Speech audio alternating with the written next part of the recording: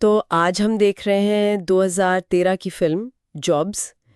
इसमें एश्टन कचर ने स्टीव जॉब्स का रोल किया है। ये सिर्फ एक कंपनी की कहानी नहीं है, ये एक व्यक्ति के मतलब बड़े असाधारण सफ़र की कहानी है। हाँ, तो इस बातचीत में हम कोशिश करेंगे स्टीव जॉब्स की ज़िंदगी के वो खास पल, उनके उतार चढ़ाव, उनकी कामयाबियाँ, जो भी इस फिल्म के सारांश में दिखाया गया है उसे समझने की। ये उस सोच की कहानी है जिसने न सिर्फ टेक्नोलॉजी बदली बल्कि शायद दुनिया देखने का नजरिया भी। चलिए इस दिलचस्प कहानी की गहराई में उतरते हैं। तो कहानी शुरू होती है जॉब्स के कॉलेज के दिनों से। रीड कॉलेज बीच में छोड़ देना, फिर वो आत्मखोज के लिए भारत की यात्रा, ये सब मतलब पारंपरिक रास्ते से तो बिल्कुल अलग था। सारांशी से कैसे दिखाता है, क्या ये वाकई उनके उस अलग सोचों वाले नजरिए की नींव थी? हाँ बिल्कुल, ये बड़ा दिलचस्प मोड़ है। सारांश यही बताता है कि भाई परंपरागत शिक्षा में तो उनका मन नहीं लगा और दुनिया को जरा हट के देखने की चाहत शायद यहीं से शुरू हुई। भारत यात्रा जैसे अनुभव, जैसा फिल्म में है, लगता है उनके उस थिंक डिफरेंट वाले फलसफे का आधार बने। वो लीग से हटने की शुरुआत थी। अच्छा, और फिर होती है स्टीव वॉज़नियाक से मुलाकात। घर का गैराज वो बन गया पहला ऑफिस और वहीं से एप्पल का जन्म हुआ। एक तरफ वॉज़नियाक की जबरदस्त तकनीकी समझ और दूसरी तरफ जॉब्स का विजन कि टेक्नोलॉजी सुंदर हो, आसान हो, आम लोगों तक पहुंचे। पहला प्रोडक्ट आया एप्पल वन। फिल्म इस पार्टनरशिप को कैसे दिखाती है? फिल्म का सारांश तो इसे बेहद अहम दिखाता है। मतलब एक तरफ इंजीनियरिंग का दिमाग, दूसरी तरफ भविष्य देखने वाला नजरिया।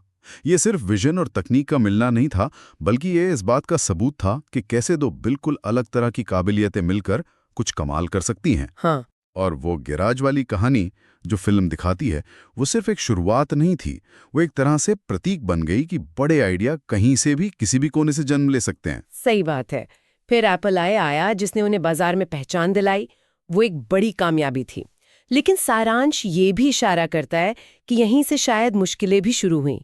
खासकर जॉब्स का अपने कर्मचारियों और मैनेजमेंट के साथ जो बर्ताव था, जिसे अक्सर कठोर बताया गया है। हाँ, और ये एक पेचीदा पहलू है। सारांश दिखाता है कि कैसे उनका वो जुनून, वो परफेक्शन की चाहत कभी-कभी टक्कर भी पैदा करती थी। तो यहाँ ये सवाल उठता है, जिसे फिल्म शायद कुरेदने की कोशिश करती है, कि क्या बड़ा बदलाव लाने के लिए ऐसा रवैया जरूरी होता है, या ये सिर्फ उनके अपने व्यक्तित्व का हिस्सा था जिसका असर कंपनी के माहौल पर पड़ा। इस कामयाबी के बाद अगला बड़ा कदम था मैकिन्टॉश, एक क्रांतिकारी क्या कहते हैं, ग्राफिकल यूजर इंटरफेस के साथ। इसने कंप्यूटर इस्तेमाल करने का तरीका ही बदल दिया।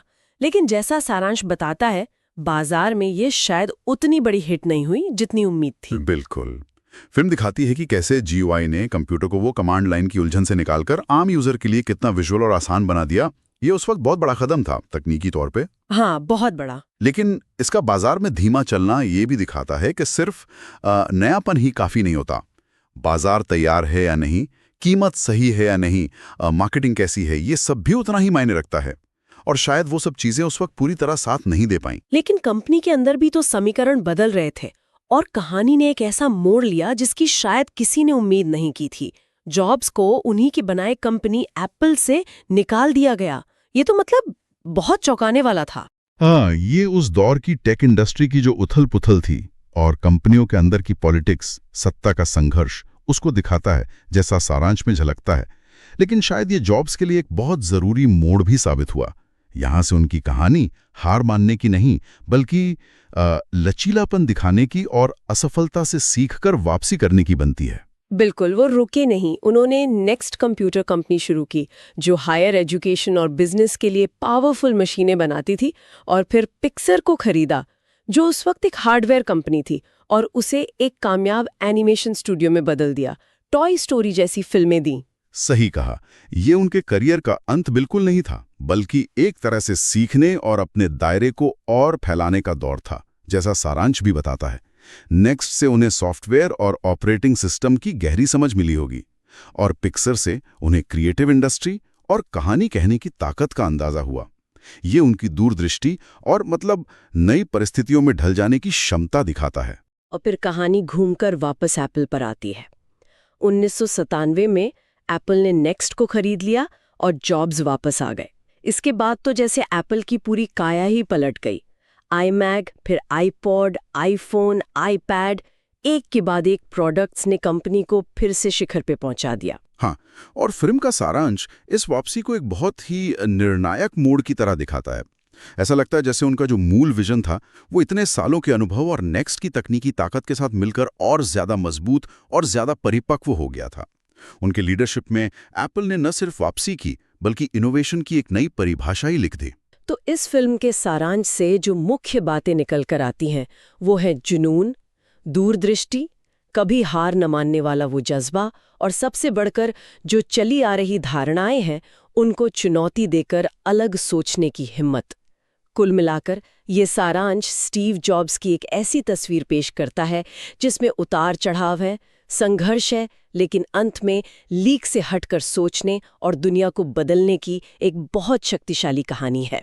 बिल्कुल, और ये हमें एक दिलचस्प सवाल पर लाकर छोड़ता है। फिल्म दिखाती है कि जॉब्स का वो जो तेज, कभी-कभी शायद कठोर लगने वाला नजरिया था, उसने टेक्नोलॉजी की दुनिया को कैसे बदल दिया। लेकिन सोचने वाली बात यह है कि क्या नेतृत्व का वो तरीका, वो अंदाज आज के बदलते हुए कामकाजी माहौल में भी उतना ही प्रभावी या जरूरी माना जाएगा? ये एक विचार करने लायक प्रश्न है।